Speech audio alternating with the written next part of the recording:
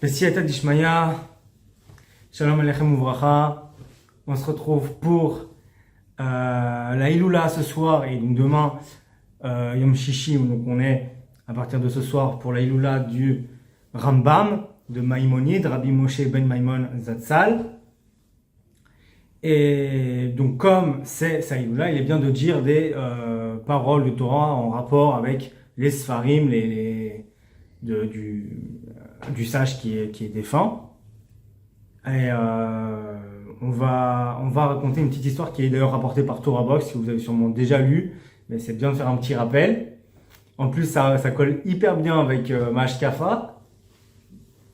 Et alors, tout d'abord, je vais juste dédicacer, donc oui, donc ce Dvar Torah et pour donc le Zivugagoun et Choupa Bimehera pour Déborah Esther Bataviva de la famille d'Harmonie, pour Yael Bat Sophie et pour Sarah Bat Nina. Aussi, très important aussi pour la Rifwa Shlema, Achlama Meira, une très bonne santé très rapidement, un bon rétablissement et une longue vie, une bonne santé jusqu'à 120 ans, pour Avigail Kochava Batrava et pour Eli Ben Brouria. Voilà. Donc, on va commencer. Donc, on a une petite histoire donc, qui est rapportée, comme je dis, par Torah Box aussi, c'est l'histoire du Rambam. On sait que le Rambam, il a vécu toutes sortes de péripéties. Il est né au Maroc, en Espagne, pardon. Il est né en Espagne, à Cordoue. Et il a vécu au Maroc une bonne partie de sa vie, notamment à Fès, parce qu'il a été exilé tout simplement de l'Espagne. Et après, il s'est retrouvé en Égypte et il a fini par devenir le médecin personnel du sultan d'Égypte. Donc un arabe musulman, sultan, d'Égypte. Et c'était Salman, le sultan Salman. Et il est devenu son médecin personnel. Donc lui, juif, et tout le monde savait qu'il était juif, et bien juif, et il n'y a pas plus juif que juif, bien orthodoxe, hein. Et il était le médecin personnel du dirigeant arabe musulman de l'époque en Égypte. Et il y a une histoire comme ça, que les ministres de ce sultan, ils étaient jaloux de ce poste qu'avait le Rambam, ce juif là, mais il se disait, il faut qu'on trouve quelque chose, on va comploter pour le faire virer là, parce que voilà, ils sont jaloux quoi, simplement. Alors, sans aller voir le sultan, ils lui ont dit, écoute, pourquoi tu gardes un juif à tes côtés en tant que médecin? Quoi, il n'y a pas des médecins de chez nous? Il n'y a pas des médecins musulmans? Bon, Hachem, alhamdoulilah, il y a des très bons médecins musulmans, on prend un médecin musulman, on fait honneur à la Ummah. C'est-à-dire, comme on dirait à Israël, au peuple, voilà, fait honneur, quoi, la communauté. Pourquoi maintenant ce juif, là? Dis, c'est alors, le roi, on parlait du coup du meilleur médecin d'Égypte, apparemment, de l'époque arabe musulman, qui s'appelait Khamoun. Et en fait, ils lui ont dit, voilà, c'est le meilleur médecin, il n'y a pas mieux, franchement, voilà, de toute façon, voilà, il vaut largement le Rambam. Il vaut largement Maïmonide là. Donc voilà quoi. Alors le sultan il savait que c'était de l'avidité du pouvoir, de la jalousie, tout ça. Il savait que c'était pas vraiment un conseil réfléchi, c'était juste pas dans leur intérêt. Et il a quand même, bon, à cause de la pression des ministres, voilà, c'est la politique, il a quand même confronté, il dit bon très bien, je vais confronter les deux médecins dans un défi, une épreuve terrible, et celui qui sortira gagnant de cette épreuve, de ce défi, il sera du coup mon médecin personnel, il sera accepté par tout le monde, voilà, comme ça tout le monde sera content. Donc il a convoqué Khamoun, il a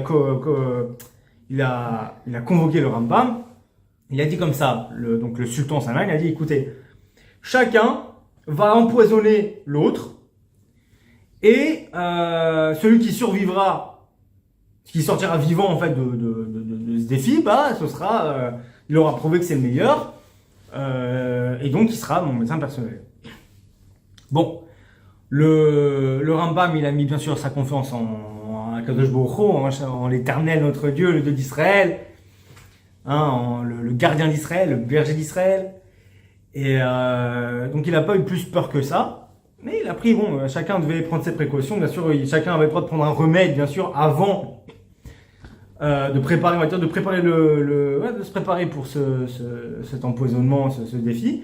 Ils ont tiré au sort, c'est le Rambam qui a été tiré au sort pour être empoisonné en premier. Donc, le Hamoun, là, le médecin arabe musulman, il a pris quelques jours là pour concocter le plus terrible des poisons, la mort en liquide.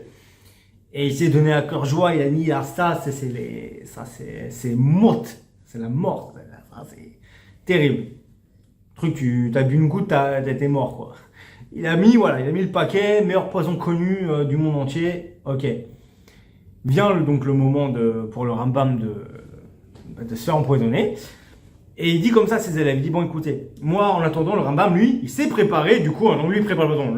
Il avait le droit de préparer l'antidote, un anti-poison. Donc le Rambam avait lui aussi préparé, du coup, toutes sortes de décoctions comme ça, anti-poison, pour renforcer son corps, l'immunité, machin, bon, des anti-poison. Et il a dit comme ça, c'est écoutez, dès que j'aurai bu ce poison-là de Hamoun, là, vous m'allongez tout de suite sur le sol. Pourquoi? Pour que mon sang circule lentement, et que le poison n'ait pas le temps de se répandre rapidement dans le corps. À ce moment-là, vous me ferez boire mon antidote, mon antipoison, et voilà, et Bezrat Hashem, tout ira bien, quoi. Et donc le Rambam, tout simplement, il a pris le poison de l'autre Hamoun, là, et ils l'ont allongé ses élèves, etc. Ils l'ont fait boire l'antipoison.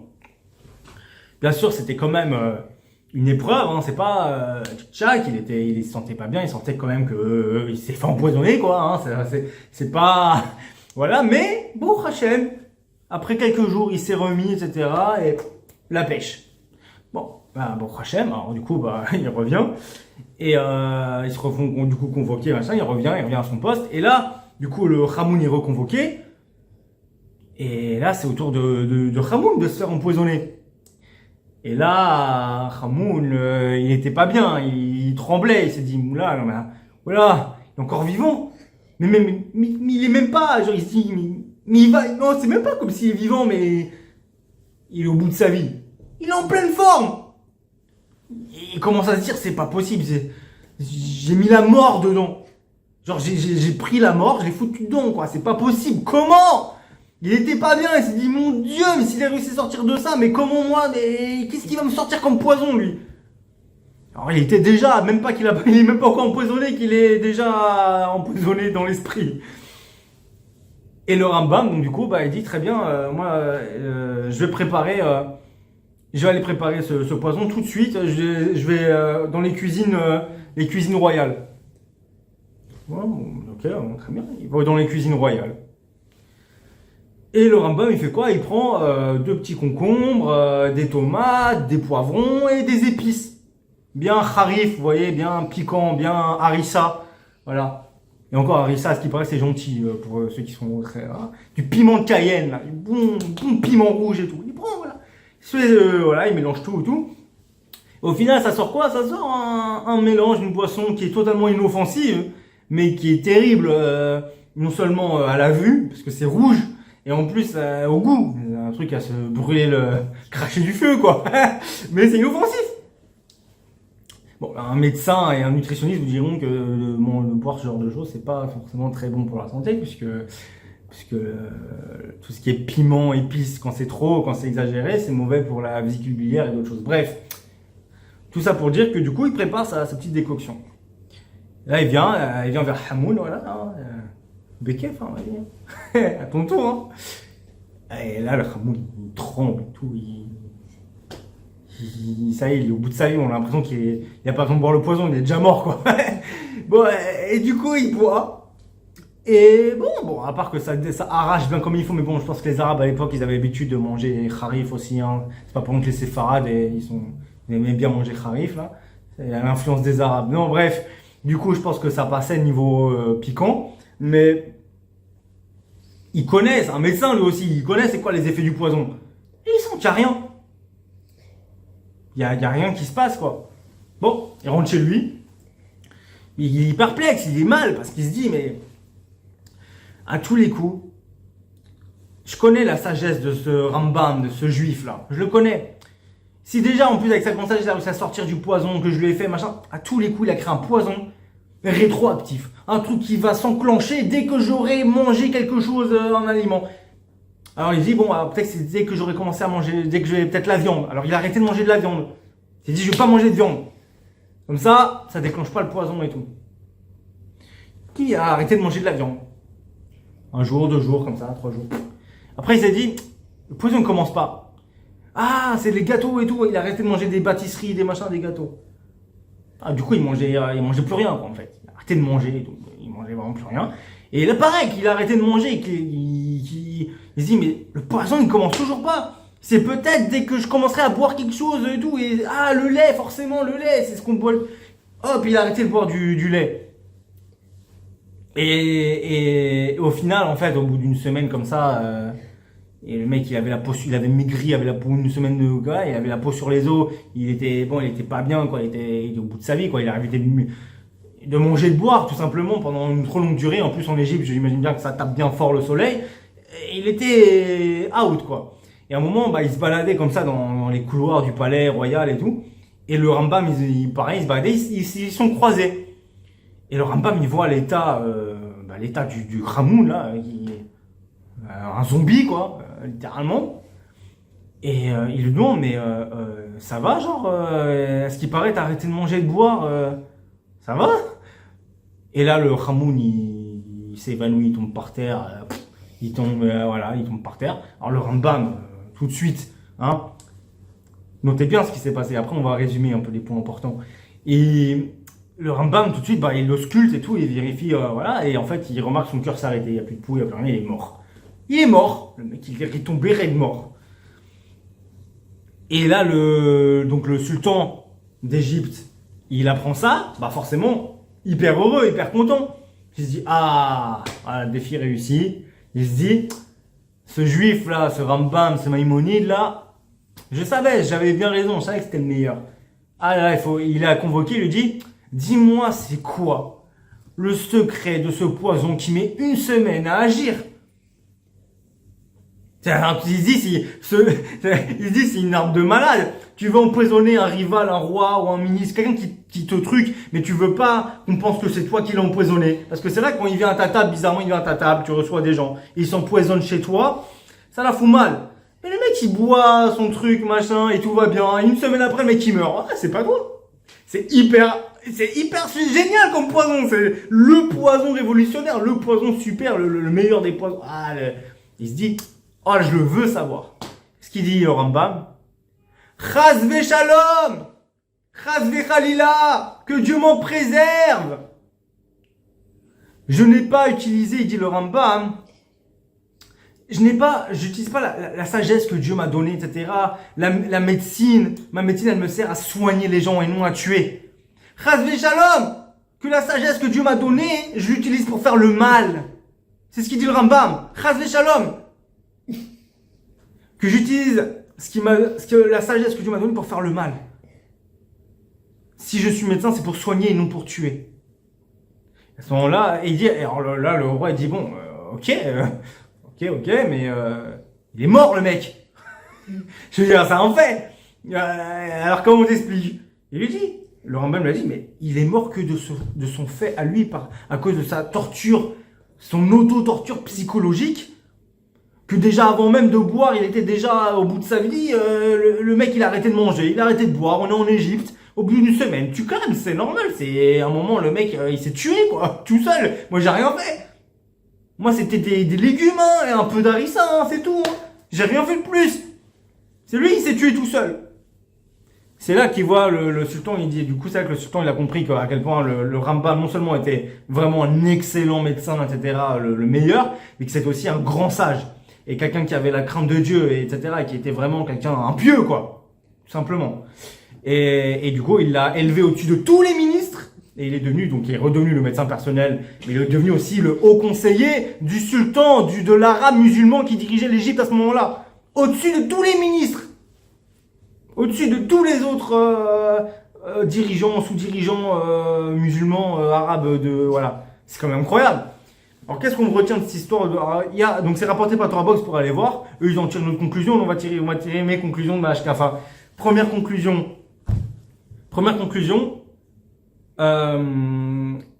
Déjà première chose incroyable. Première conclusion. Il a, lui le Rambam, d'accord, Rabbi Moshe ben Maimon Zatzal, soignait les Arabes musulmans. Première conclusion. C'est vrai parce que je vous rappelle qu'il y a des choses aussi, beaucoup de rabbins vous diront, oui, c'est assourd, on n'a pas le droit de soigner les non-juifs. Assourd, on n'a pas le droit de soigner, et on soigne pas les non-juifs. En fait, il y a une histoire, c'est un mauvais Vodazara, c'est pas un mauvais Vodazara, il y a plein de trucs, mais il y a plein de rabbins qui font des raccourcis et ils sont contents. Et ben c'est faux, voilà. Et le Rambam, il soignait les Arabes musulmans. Et pas n'importe lequel, en plus il a soigné mais il soignait, c'était le médecin personnel du royaume. Mais si maintenant on lui demandait de soigner d'autres gens, il soignait d'autres gens, et lui-même le dit. Si lui, il est médecin, il utilise la sagesse que l'Éternel, le Dieu d'Israël, lui a donnée, il l'utilise pour faire le bien, et pas pour faire du mal. Mais pour faire le bien, pour soigner, et pas pour tuer. Il vit avec des musulmans, c'est bien sûr qu'il soigne des juifs, en priorité. Mais viens, un arabe, il croise, il est malade, ou même un ministre, ou n'importe qui est quelqu'un du palais, il croise le médecin, il lui pose une question de médecine. Écoutez, j'ai super mal aux yeux, super mal aux dents, super mal au ventre. Vous croyez que le Rambam lui aurait dit quoi?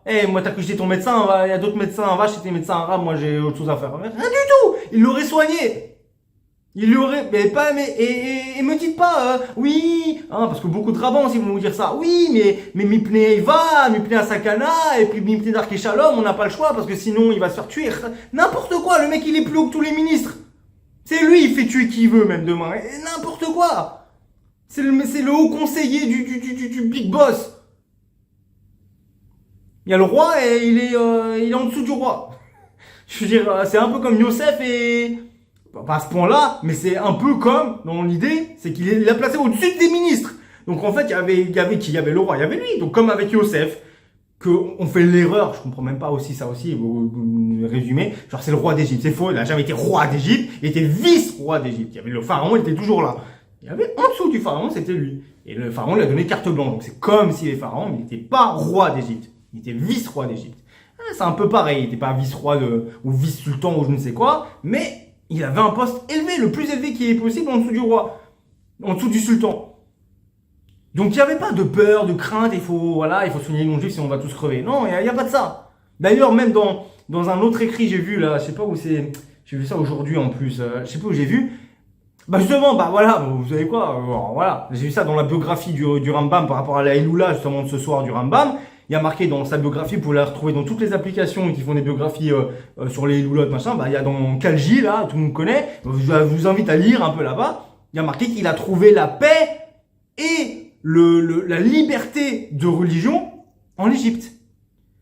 Donc ça veut dire qu'il n'y a pas d'oppression des Juifs par les Arabes musulmans. Non, justement, il s'est fait oppresser en Espagne, au Maroc, c'était moyen, on va dire.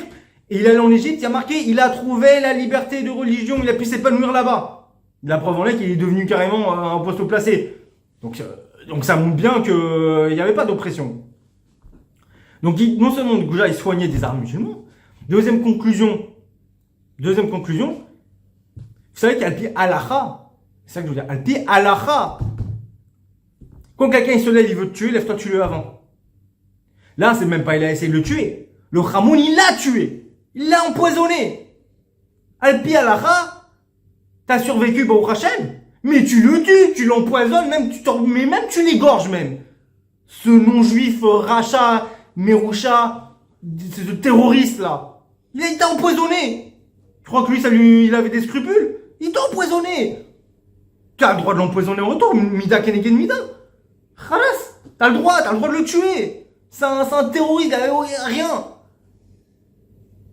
Et est-ce qu'il a empoisonné? Est-ce qu'il s'est dit, allez, Même, il pourrait se dire, allez, moi aussi je vais l'empoisonner, mais je vais faire un truc tout simple aussi, voilà, parce que je veux pas qu'il crève non plus. Énergie. Et du coup, il l'a même pas empoisonné. Et c'est une autre leçon qu'on apprend aussi, c'est qu'il s'est même pas vengé finalement. C'est le commandement de la Torah qu'on dit de ne pas se venger, pas tenir rancune, ne pas se venger. La halakha, en vrai, c'est envers un juif. Envers un non-juif, théoriquement, tu as le droit de te venger. Tu as le droit d'être rancunier. Pourquoi? Est-ce que les non-juifs, eux, s'interdisent d'être rancuniers ou de se venger? Non, ils vont dire la vengeance, c'est légitime. Le mec qui t'a fait du mal, tu lui fais du mal. Et la rancune, pareil.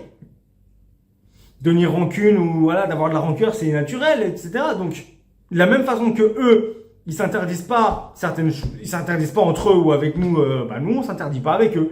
Donc théoriquement, oui, apparemment, on nous apprend que oui, on peut tenir rancune à des non-juifs et on peut se venger des non-juifs. Donc théoriquement, là, ce Hamoun qui l'a empoisonné, le Rambam avait halachiquement le droit de se venger et de l'empoisonner en retour. Et ben il n'a pas agi selon la halakha. Ah bah tiens, la halakha elle m'arrange dans ce cas-là, tiens c'est super, allez je vais tuer... Vous voyez que le Rambam, quand on étudie sa vie, là voilà qu'on voit des histoires, on voit comment il se comportait avec les Arabes musulmans. Et pourtant je vais vous dire que le Rambam, il n'a pas vécu, il n'a pas eu des amis chez les Arabes musulmans, d'accord? Je crois que son père il s'est fait tuer sous ses yeux à 13 ans par des Arabes musulmans. Il me semble. Il me semble qu'il a été tué sous ses yeux par des Arabes musulmans. C'est pas son père, c'est son maître. C'est pas son père. Pardon, c'est pas son père, c'est son maître. Le maître mais je crois que c'est son père, son maître c'est son père. Le maître du Rambam, il me semble que c'est son père, donc c'est son père en fait. Ce que j'avais lu, c'est son maître, mais je crois que son maître c'est son père. Donc, finalement, son maître, en tout cas, on va dire ça parce que là c'est sûr, son maître s'est fait tuer sous ses yeux par des Arabes musulmans. Donc, il y a, quand quelqu'un il vit ça, aujourd'hui quelqu'un d'entre vous, il y a un arabe musulman, il fait du mal à quelqu'un de sa famille ou à son rave ou je ne sais quoi, du jour au lendemain, déjà avant, il les aimait peut-être pas beaucoup les arabes, alors genre, et ben après, j'imagine pas. Et ben le Rambam, non. Le Rambam ne fait pas de généralité. Le Rambam met pas tout le monde dans le même panier. Et là, je vous dis une histoire là qu'on rapporte dans Torah Box. Bien sûr, Torah Box ne tire pas toutes les conclusions que moi je tire parce que, bien sûr, on n'a pas tous les mêmes ashkafot. Mais l'histoire, elle est là, elle est authentique. Il faut qu'on apprenne des sages, mais là, en l'occurrence du Rambam, ce soir, c'est ça, il ou là. Il faut qu'on apprenne du Rambam que justement, c'est pas juste, c'est ce que retiennent les gens. Ah, le Rambam, il a dit sur l'islam ou sur Muhammad, il a dit ça ou ça. Et ils retiennent, comme ça, déjà sorti du contexte. Mais c'est quoi cette hypocrisie? C'est quoi? Soit c'est de l'ignorance, donc ils n'ont jamais lu de leur vie, ils n'ont jamais étudié le Rambam, soit des gens qui sont hypocrites. Mais hypocrites, vraiment. Parce que le Rambam, on voit dans ses actes, on voit dans ce qu'on nous raconte, qu'il se comportait d'une manière, mais d'une manière qu'aujourd'hui, aucun rabbin se comporte comme ça avec des arabes. Mais on parle d'un arabe qui vous empoisonne. On parle d'un terroriste, on parle d'un chien. Un chien des nations. Un scélérat. Il l'a pas tué en retour. Il avait le droit, halachiquement, il avait le droit. Chacun d'entre nous, il l'aurait tué, cet arabe. Il survit à l'empoisonnement, il l'aurait empoisonné en retour. Tout le monde. Tout le monde. Même le plus gentil des juifs, le Khnin. Dès qu'il aurait senti le poison qui est en train de le dévorer de l'intérieur et il survit, je peux vous dire qu'il va pas lui faire un câlin à l'autre. Hein. Il a l'ordre en plus du sultan, il a l'autorisation du pouvoir musulman pour empoisonner ce musulman qui l'a. Bekef, j'ai l'autorisation des musulmans pour empoisonner un musulman qui va m'empoisonner. C'est génial, je vais l'empoisonner. Tout le monde réagit comme ça, tout le monde. Et tous les rabbins, tout le monde, moi aussi ça se trouve.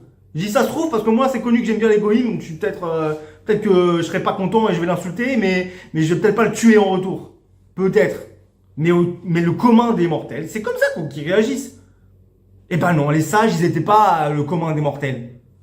C'est des hommes, hein, faut pas oublier. C'est des hommes, ils peuvent se tromper, ils font des erreurs, mais c'est pas le commun des mortels. On apprend des sages. Et même le Rambam, même Maïmonide, qui dit peut-être certaines choses qui ont l'air un peu piquantes sur Muhammad ou sur l'islam ou sur Jésus ou sur le... Voilà. Ça ne veut pas dire, faut pas résumer, bah voilà. Non, non, c'est dégueulasse même de faire ça. Regardez cette histoire magnifique. Je vous dis pas d'être pareil, maintenant le prochain musulman en France qui vous crache dessus, vous vous dites merci mon frère et au revoir. Non, je vous dis pas ça. Par contre, le musulman qui vous... Déjà, si vous étudiez un peu le Moussard, le Pele Yoetz, vous savez ce qu'il dit le Pele Yoetz? Si un musulman vous crache dessus en exil, vous baissez la tête. Vous baissez la tête. Vous fermez votre bouche, vous continuez votre chemin.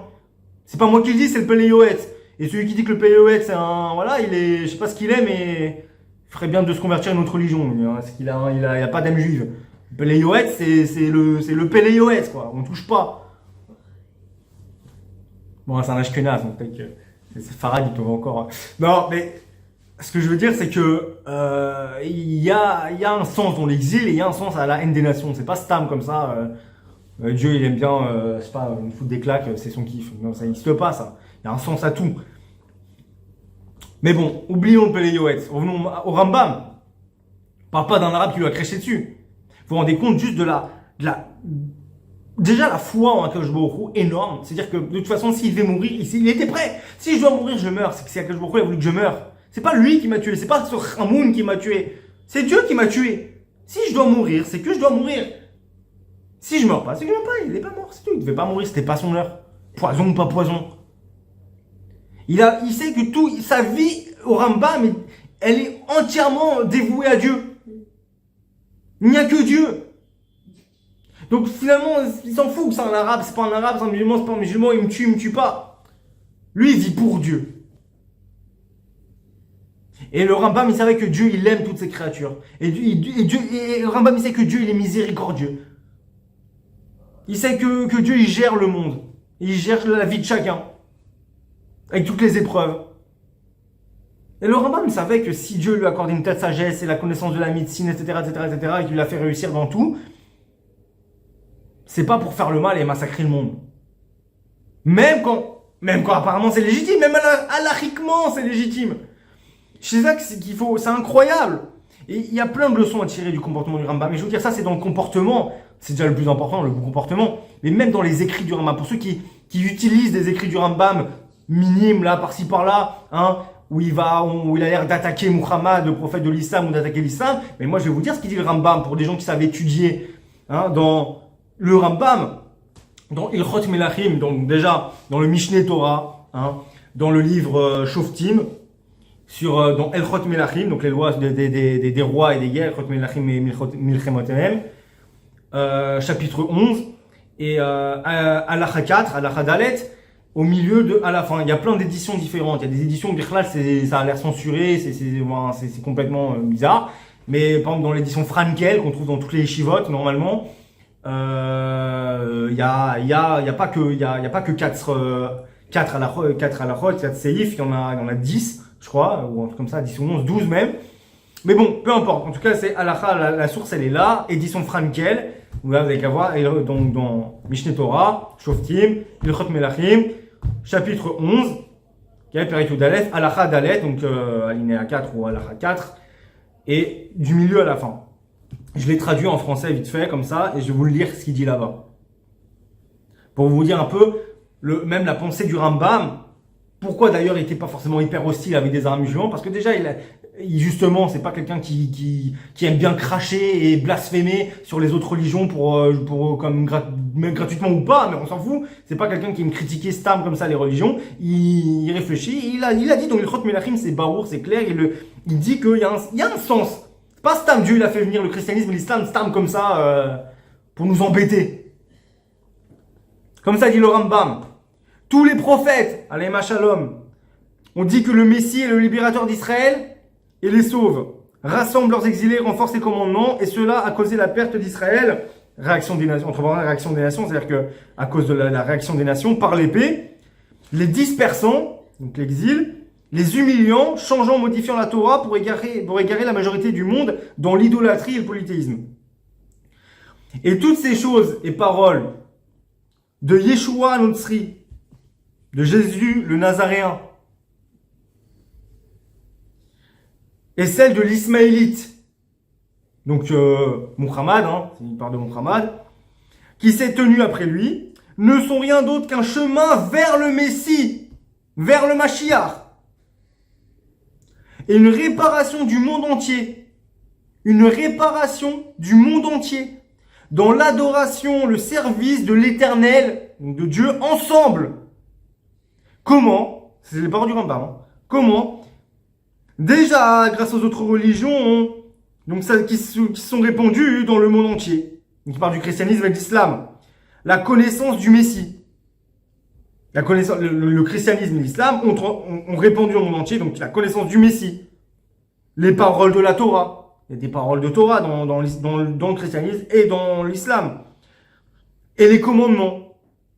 Il y a des commandements. Et ils, donc les chrétiens et les musulmans, disent sur ces commandements de la Torah qu'ils étaient vrais, mais qu'ils sont abrogés ou annulés en ce temps. Et attendent le Messie qui clarifiera cela. Les chrétiens comme les musulmans attendent aussi le Messie. Et quand viendra vraiment le Mashiach, le Messie, quand viendra vraiment le Mashiach, qu'on attend vraiment le vrai, et qu'il vaincra et régnera, tout de suite, ils, donc les chrétiens et les musulmans, reviendront tous, dit le Rambam, à la vérité qu'est la Torah, ça sont une parenthèse, sachant leurs mensonges et ceux de leur père, etc. C'est-à-dire que, dit comme ça, le Rambam, c'est clair quand même, c'est barour. Le Rambam lui-même le dit dans le Chot Melachim, dans le Mishneh Torah. Au lieu de retenir du Rambam, Muhammad, il a dit que Muhammad, il était ceci, cela. Lisez le Rambam entièrement avant de dire des trucs au nom du Rambam, de salir un sage, comme ça, là, impunément. Le Rambam, il est clair. Il dit pas que c'est vrai, c'est la vérité, il faut se convertir. Chazve shalom. Mais il est en train de dire, de vous expliquer. Il y a un sens à tout ça. Il y a un côté positif au christianisme et à l'islam. Et on parle au niveau théologique, au niveau de la foi, de la spiritualité.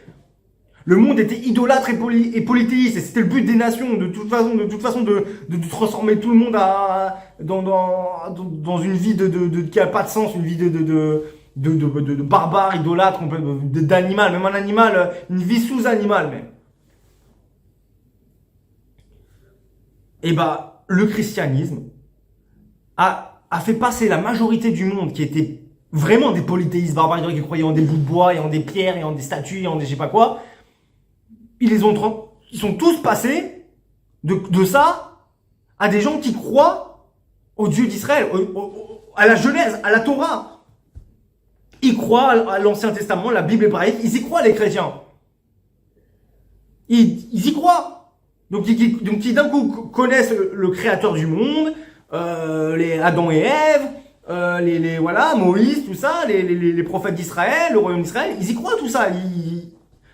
C'est nouveau, c'est quand même un pas qui est largement en avant. Ok, maintenant ils ont fait de l'association avec le vrai Dieu d'Israël et ils lui ont associé d'autres divinités, en disant qu'il s'est fait homme, etc. Bon, après ça contredit les principes de foi juifs, mais pour des non-juifs, sachez que déjà c'est une marloquette. Birklal, c'est un non-juif, et je crois qu'il y a même mon Roche Kollel, je crois, ou en tout cas, ouais, je crois que c'est Roche. En tout cas, j'ai entendu un rave aussi, je crois qu'il m'a dit que Birklal, en plus, ça a été tranché, c'était pas c'est un avraire, peut-être, je sais pas. En tout cas, un Talmid Chacham, c'est sûr, voilà, qui m'a dit que, apparemment, la Chal a été tranchée. Moi, je disais que c'est une marloquette, parce que le Rav Ranchaya disait, en fait, que c'était une marloquette. Si, une divergence. Si un non-juif qui fait de l'association, du chitouf, est-ce que c'est considéré comme Avodah Zarah? Pour un juif, oui, sans affect. Mais pour un non-juif qui croit en Dieu, le Dieu d'Israël, mais qui croit aussi en une autre divinité, est-ce que c'est considéré, c'est assourd? Est-ce que c'est assourd, quoi? Pour un juif, oui, mais pour un non-juif, machloket. Et apparemment, j'ai entendu dans Talmid Chacham que Birklal, la halakha était tranchée, que Birklal, c'est autorisé. C'est-à-dire que les khatrila, c'est pas autorisé les khatrila, mais il fait ça. Il reconnaît le Dieu d'Israël. Bon, c'est bon, c'est déjà match, c'est gvar match, c'est déjà ça, quoi. Donc, déjà, les chrétiens, sont dans un statut, ils sont pas si idolâtres que ça, et si polythéistes que ça. Ils sont dans un statut, on pourrait dire, entre guillemets, bâtard. Entre les deux. Monothéiste, monopolythéiste, bon, bref. Statut entre les deux. Ça fake. Un statut de doute. Voilà. Ils sont là. Déjà, c'est un pas en avant énorme. Déjà, c'est un pas en avant énorme. Avec tout ce qu'ils nous ont fait les chrétiens, vraiment, pour le coup, les musulmans et les arabes, même encore aujourd'hui, même avec les arabes d'aujourd'hui, les terroristes, c'est encore c'est des agneaux. Des agneaux. Des agneaux. Parce qu'on n'a pas encore recensé historiquement des arabes musulmans qui ont brûlé des juifs vivants avec des femmes enceintes et avec les synagogues et les talmuds dedans et tous les machins et les femmes et les enfants et qu'on voilà bref et qu'on leur a ouvert et qu'ils ont ouvert le ventre de toutes les femmes enceintes juives. Ça n'existe pas, ça n'a pas encore existé en tout cas, même avec les terroristes, même avec Daesh. Pourtant les chrétiens, ça c'est historique, hein. Les chrétiens et tous les peuples d'Europe, les Édomites, ce qu'ils n'ont pas fait dans l'histoire aux juifs, horrible. Et ben même avec ça, là, on parle d'histoire, mais dans la théologie, même dans la foi, et ben on se rapproche déjà. Ils sont plus proches de la vérité que ce qu'ils étaient avant. Et même halakhiquement, c'est pas pareil. Les gens croient que les chrétiens c'est pareil, Avodah Zarah, bon voilà. Pas du tout. Déjà les chrétiens, il y a faut étudier les sages et tous les poskim. Les chrétiens, ils ont déjà un statut hyper différent dans la halakha par rapport à un stam, un idolâtre vraiment pur et dur. En fait, Avodah Zarah, mamash, un akoum. Ensuite, il le dit le Rambam, les musulmans aussi. Et les musulmans encore plus.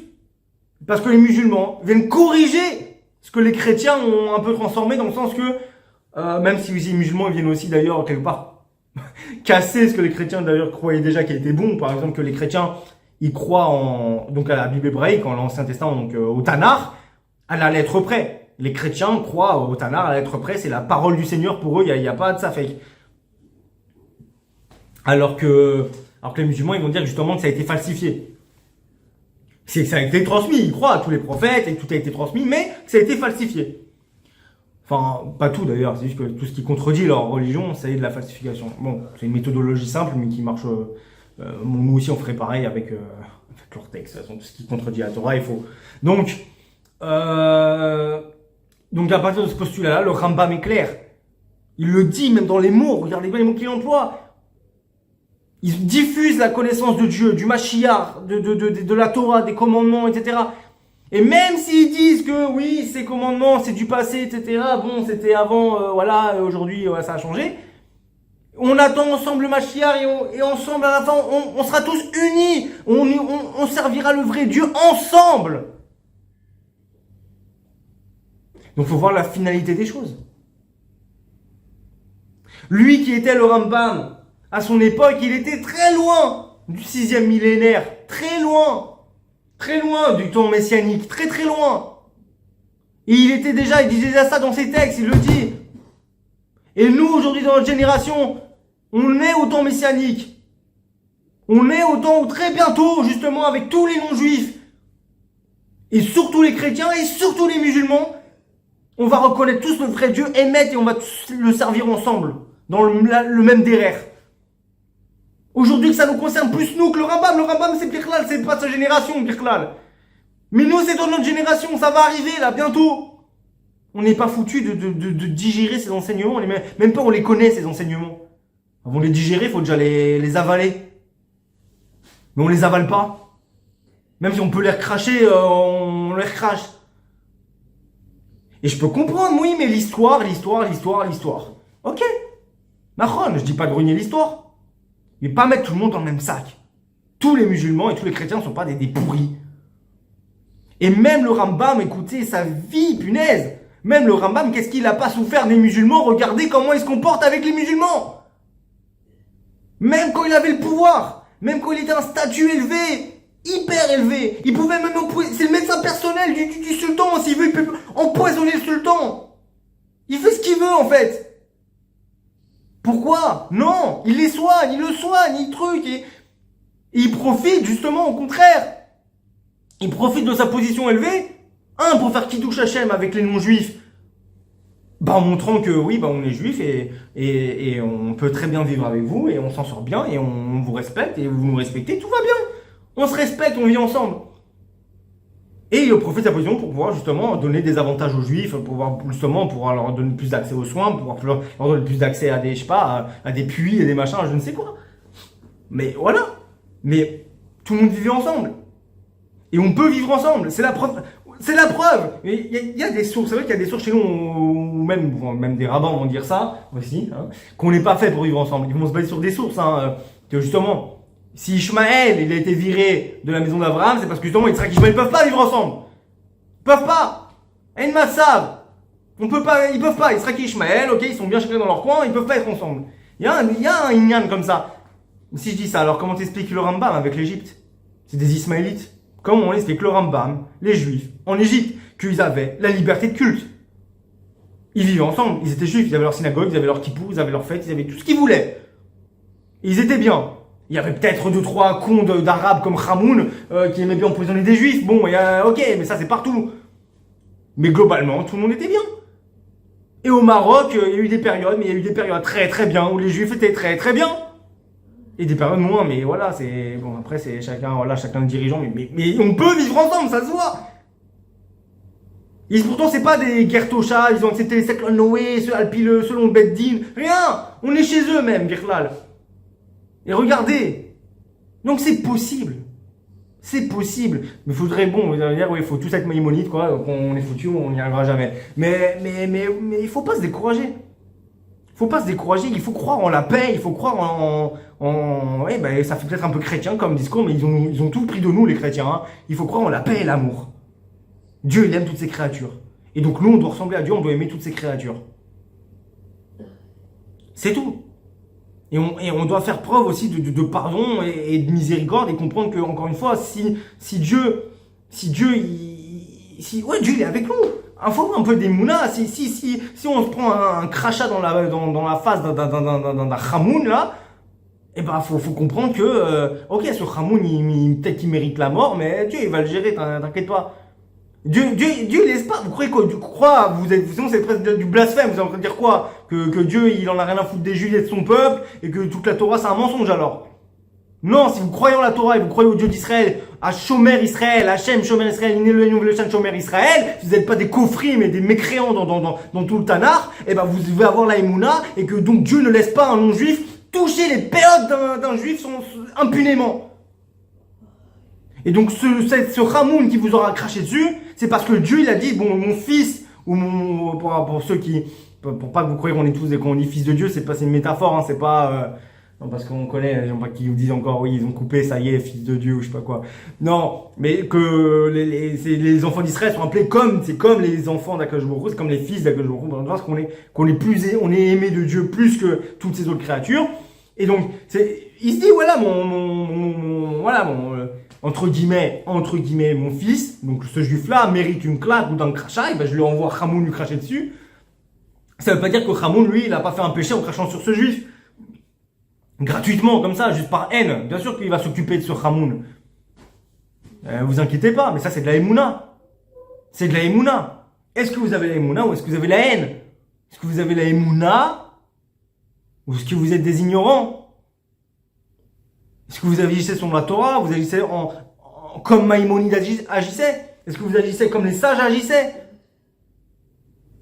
C'est hyper important, c'est des sujets très importants, c'est des écrits qu'on met de côté. Le Rambam, il a dit aussi quelque chose, voilà, le Rambam, pour vous donner un autre exemple, le Rambam, dans Moreh Nevuchim, dans le guide des perplexes, on dit guide des égarés, la traduction c'est guide des perplexes. Dans Moreh Nevuchim, le Rambam, il fait des louanges. Quand je dis des louanges, c'est des compliments, des louanges à deux arabes musulmans. Un connu, c'est Averroès ibn Rachid. Il dit des compliments aussi aux philosophes arabes musulmans. Abu Bakr ibn al-Saygh. Je sais pas comment ça se prononce, mais Abu Bakr ibn al-Saygh. Bref, il dit comme ça deux noms de musulmans, Averroès le plus très connu, et il dit que du bien d'eux. Je comprends pas, je crois que c'était un interdit d'Eoraïta, de reine, de pas dire de compliments, de gentillesse sur des non-juifs dans la Torah. Je crois que c'était un interdit. Ce que diront aussi beaucoup de rabbins. C'est interdit de complimenter les non-juifs, c'est dans la Torah, c'est marqué, c'est un verset explicite. Et pourquoi le Rambam il le fait alors? Pourquoi le Rambam, il le fait dans Moreh Nevuchim? Je comprends pas, c'est des arabes musulmans, pourquoi tu leur dis tu dis, waouh, le Rambam, il dit quoi, quelle sagesse, j'étudie chez eux, ah là là, il est en train de louer leur sagesse, je comprends pas, ça, c'est pas un interdit de la Torah. Bah, faut peut-être vous remettre en question. Peut-être que l'interdit de la Torah, c'est sur des idolâtres barbares polythéistes qui sacrifient leurs enfants devant des statues. Mais pas sur, quelqu'un qui part au Vedavudazera Bechla, quelqu'un qui croit au même Dieu que nous et qui se prosterne 5 fois par jour face contre terre devant notre Dieu. Posez-vous des questions.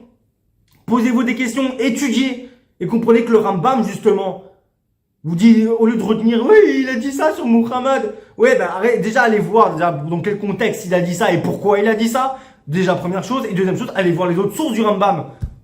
Pourquoi il complimente alors les arabes musulmans? Pourquoi il soigne les arabes musulmans? Pourquoi il est gentil avec les arabes musulmans? Pourquoi?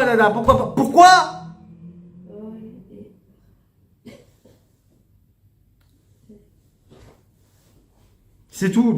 Voilà. Il faut se remettre en question. Vraiment. Vraiment. Et que eux nous détestent, c'est pas une raison pour les détester. Et que eux, ils nous font du mal, eh ben, on prie et on espère que Dieu il rétablira la justice très bientôt. Mais il faut avoir de la émouna, faut tout se remettre à Dieu. Ce qui n'empêche pas que ceux qui nous font du mal, ce sont des pourris, comme le Hamoun, et voilà, il est mort Hamoun au final. Le médecin là, Hamoun. Justement, voilà, regardez. Même si vous agissez comme Maïmonide, comme le Rambam, vous ne vous vengez pas de l'arabe musulman qui essaie de vous tuer, et vous lui pardonnez, et même quand il est en train de tomber par terre, réel mort, le Rambam, il s'est vite, il a essayé de le sauver. Qu'est-ce qui lui arrive? Il s'est inquiété. Est-ce que tu vas bien? On m'a dit que non. Il s'est inquiété du mec qui l'a empoisonné. Et quand il est tombé par terre, il a essayé de le soigner, mais c'était trop tard, il est mort. Mais au final, Dieu, qu'est-ce qu'il a fait? Il a rétabli la justice. Ah, t'as essayé de tuer un juif, t'as essayé de tuer Maïmonide, Dieu, il l'a tué. Il l'a tué, il s'est tué tout seul, c'est même pas le Rambam qui l'a tué. Dieu a fait en sorte que ce Hamoun, il se tue tout seul, il est mort. Donc Dieu rétablit la justice, c'est ça la Emouna. Et le Rambam, il a même pas maltraité, je vous dis même pas. Vous vous rendez compte de la maladie qu'on a? Le Rambam, qui a souffert des arabes musulmans. Je vous ai déjà dit. Il a souffert des arabes musulmans. Pas que, il y a des fois, voilà, il était bien. Mais il a souffert. Il a des raisons plus légitimes que n'importe quel juif aujourd'hui de détester les arabes musulmans. Plus que n'importe quel juif aujourd'hui. Même plus qu'un raf qui a perdu son fils par un terroriste. Le Rambam a plus de raisons que n'importe quel juif de détester les arabes musulmans. Ben, il les détestait pas. Je dis pas qu'il les aimait, mais il les détestait pas. Et il se préoccupait de leur bien.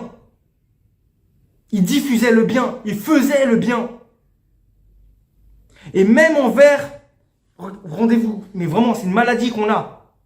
Le Rambam, lui, voilà comment la Torah nous demande d'agir, voilà comment les sages agissaient, qui n'étaient pas malades, eux, qui n'étaient pas malades, nos sages, de mémoire bénie, qui n'étaient pas malades du cœur, de l'âme et de la haine et de je ne sais quoi, qui n'avaient pas l'âme complètement crasseuse, les sages de mémoire bénie, comme le Rambam, envers des arabes musulmans comme ça, qui leur faisaient même du mal, ils se vengeaient pas. Ils pardonnaient visiblement.